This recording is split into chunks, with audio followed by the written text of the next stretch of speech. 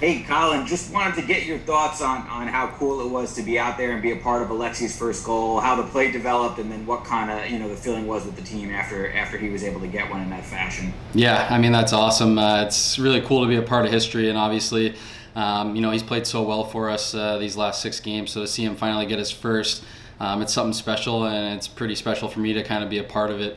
But just kind of out there in overtime and kind of knowing our job, and Keandre was doing a great job, and so was Laffy, and we were just kind of shadowing some of their big guys, and just happened to stay on them tight, not give them a little bit too much room, and we got a good bounce just from doing the right things, and he's always going to the right places, and you've seen a couple times, especially over the course of the last couple of games, he's been in the right places at the right time, and it just may not have been going in for him, and just to see him get that first one and let all that emotion out, it's something special because it's something that not only him but for his family, they've been going on for 19 years in the making. So to be a part of it is extremely cool.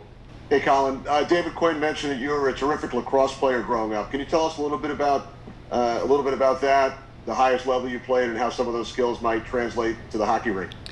Yeah, I think hockey it translates really well to lacrosse. So, for me, I grew up playing lacrosse. That was always kind of my second love outside of hockey, and then played all the way up through high school and got to play with some really good players. Got to win a couple state championships and play in some state championships back in Massachusetts, and a lot of guys that I went to Harvard with, that were on the lacrosse team, I played with in high school. So I didn't make it past high school, stuck to the hockey route, but the translation from hockey to lacrosse, and I think just kind of the way I play the game, it translates pretty well. And hand-eye coordination stuff, and just kind of the way plays develop, I think it's good for me. I mean, I was never really a full-time hockey player. Once hockey season ended, I played lacrosse for 6 months or so.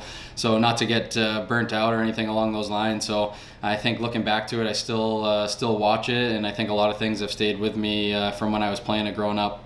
Hey Colin, just what's it been like for you jumping in this week to the lineup and being able to produce the way you have, and what's been most important for you in being able to do that?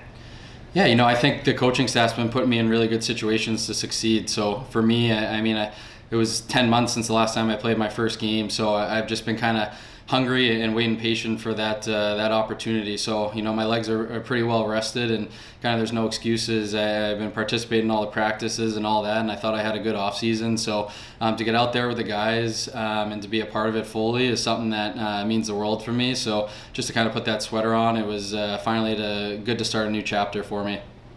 Yeah, I was just going to ask about. I know you crossed paths a little bit with David when he was at BU. You were at Harvard. Do you remember any games in particular going against them, or memories playing against his team? Yeah, I think I missed them because I took a little bit of time off a couple of the years, but I remember I gave him a nice little win where I took a bad penalty for running my mouth with like 2 minutes left in a